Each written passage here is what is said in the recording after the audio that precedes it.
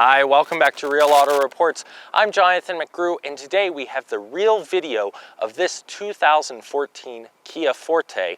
This is an all-new car for 2014, and you may have seen it before, but you may not have gotten all the details. So that's what we strive to do here at Real Auto Reports, reporting live from Real Auto Ranch. So let's jump in the driver's seat, drive this baby around, and see what it has to offer. Hi, welcome back to Real Auto Reports. Here we are in the 2014 Kia Forte. Yes, this is their small four-door or compact four-door sedan, and we're going to give you all the details you need to know about this vehicle. Well, at least as many as I can fit into the next 10 or so minutes, and I hope it will give you some information about this car and whether or not you might like it. So, first things first. This car struck me because it has a ton of features, a ton, all over the place. This is the EX model. It's about $25,515, and you get a ton for that. Automatic mirrors that fold. I can fold them in here, and I can leave them on the auto setting so they fold when they lock. You've got a bunch of steering wheel controls here, including the flex steer, which allows you to set the sport, comfort, and normal mode or standard mode steering. They call it normal, so we'll go with it. I like the sport mode. It just gives you that heavier weight in the steering and feels more controlled at a precision level. Though the comfort might be nice if you were having to drive around crowded cities and parking lots all the time. You know, this vehicle is flexible, and I think the flex steer is one of those things that gives you that impression.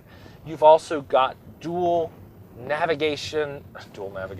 climate control. You guys know what I meant. So your passengers can set the comfort on the passenger side, and you can set your comfort temperature on this side.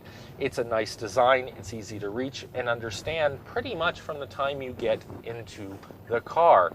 I also like that with the technology package, we have the navigation system, and that in complements with the UVO e-services that all the Kias now come with.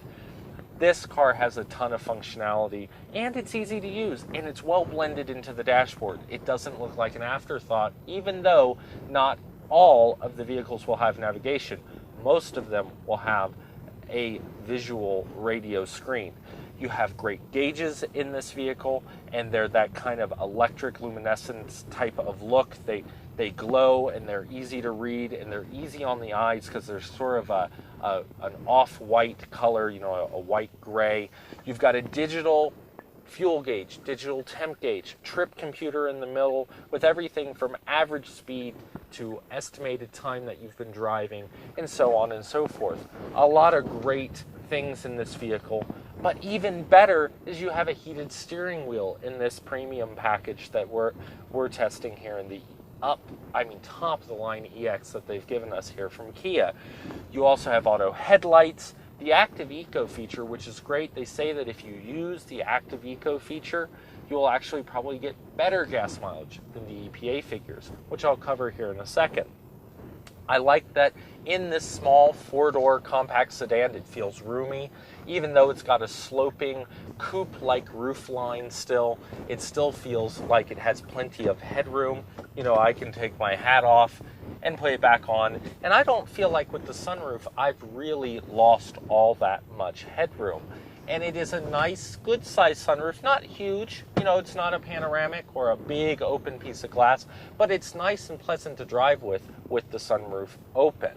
I think that another feature that really surprised me was the memory seats, 1 and 2. Okay, so maybe it's not a 3-button memory seat, but we'll give it to Kia because it's an excellent feature in a vehicle of this size and this price point.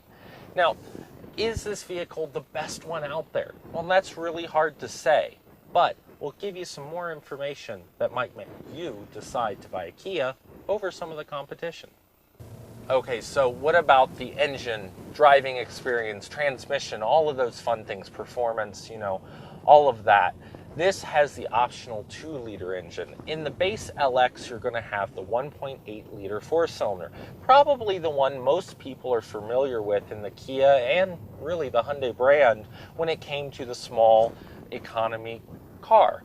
Well, in this EX, we have the optional 173 horsepower 4-cylinder, and that gives you some good power. It won't squeal off the line with the automatic 6-speed transmission that we have, but once it gets up into its torque curve, it really does move. And I like this car because it's pleasant to drive. It's got a smooth transmission and the manual mode in the automatic. Now, you can get a manual transmission in the Kia Fortes as well, which would be a 6-speed manual. Something else, though, that I noticed is when you do shift to the manual mode and you come down into other gears, especially at speed into second, if you're over 4,000 RPM, it's going to feel a little rougher than you might expect at first. You're going to learn to kind of feather it into second a little bit so that it doesn't jerk you around so much. But it's a nice transmission. It drives well. And the fuel economy you get, even with the 2-liter, is excellent. 24 in town, 36 out on the freeway, and 28 combined. It's not class leading for the 4-door compact market, but it is still a decent fuel rating and only 1 mile per gallon less, really, than the 4-cylinder. Now, those are the general engines you can get. There is another engine listed on their spec sheet that has, well, it's 145 horsepower, and it's rated at a slightly different rating. So I don't know as much about that one, so I can't speak to it, but I know that most people are going to either choose the 1.8-liter or this 2-liter, which, honestly, if you like a little bit more performance and sportiness, go with the 2-liter. It won't let you down. This car is pretty nice to drive with the flex steer. You know, we talked about that earlier. But what about from a comfort perspective for your passengers? Well, we took some people around and we found that this vehicle had good rear interior room for our passengers, and it also had good front leg room, and my 6'2" father could fit really nicely in the front, and we could still carry people in the back. So not bad, really, considering that this isn't meant to be a huge carryall. Now, it's also got almost 15 cubic feet of trunk room. I think it's about 14.9. We'll flash that up on the screen just to confirm. And honestly, it's a great vehicle to be able to motor around in an urban environment. And I think that's what you're really looking for when you are after a vehicle like this. So there's some things about this vehicle that you might expect that you can't find. Well, what you won't find is you won't find that brand cachet that some of the higher end cars have, but you're paying a lot less for this vehicle. So what would make you want to buy a Kia Forte? Well, I think it's really value for the money. It's options that you want, but you didn't think you could get. And it's a vehicle that has a totally new look for 2014. The 2014 model is completely redesigned. That's what we're testing here. It's wider, lower, longer. It has a nice brand look. It has that, it's like the mini-me to the Kia Optima, and the Kia Optima has gotten great reviews ever since they brought it out, pretty much. I mean, the recent version of the Optima is an excellent car, and really, its force in the market, I don't think was as anticipated. So it's really competing well with your Honda Accords and your Nissan Altimas and all sorts of vehicles like that. Now, this car here, the Forte, will compete with its own brethren, if you will. It's a Hyundai Elantra cousin. And I think these are very different vehicles. I think you're going to buy the Forte if you like that sportier, younger feel. Whereas I think the Elantra is a little more reserved and a little more business coupe than sports coupe or sports sedan. But it's got these coupe roof lines to keep it young and fresh. I think also you're going to look at the Forte if you're after the feel of the Kia has a more German feel to it, and that was kind of done on purpose since they have brought people over into the design area that are well versed in the German cars. So I think you're going to find that this car has a different sense of it. It doesn't seem as well, it doesn't seem like the Hyundai, its cousin. It does feel very different. And there was a time where I don't think that was as true. All in all, I think this is a great vehicle to cross-shop with something like the new Nissan Sentra, to cross-shop with your Focus, your Ford Focus, your Chevy Cruze. Go ahead and cross-shop it to the Hyundai Elantra. See what you think about this vehicle and which one comes out on top for you. The key is to make sure you go and drive them several times in different scenarios and see which one fits you best. I find the visibility in this car excellent. I find it's comfortable. I like the heated and cooled front driver's seat and the heated passenger seat. I like all these features, and the layout is actually really easy to understand for me, and I think reachable for different heights and different proportions of people. I have longer legs, and yet I still feel that the wheel is in a good place. I feel like I'm sitting in a good place.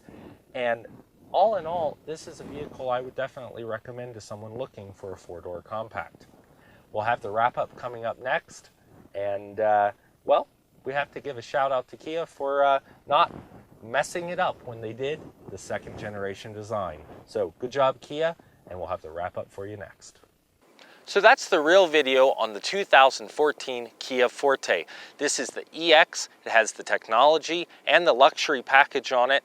All the options on this, well, they total a little over $5,000, and we have the 2-liter 4-cylinder, which gives us that 173 horsepower, up from, well, about 148 in the other 1.8-liter option that comes in the LX, which is your base model.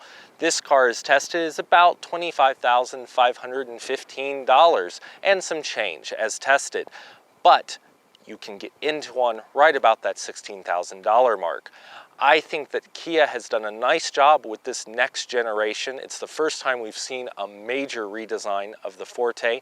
It's, well, it's really trying to look like the bigger brother, the Optima. And they've made it longer, lower, wider, and they've put a lot of options and features into this vehicle that you would find in higher-end cars. So what's not to like? Now, it's not going to be a rocket, but it is going to get decent fuel economy, and we covered all that hopefully for you in this review. So make sure you come back, check out our other reviews right here at Real Auto Ranch. I'm Jonathan McGrew. This is Real Auto Reports, and we'll see you down the road.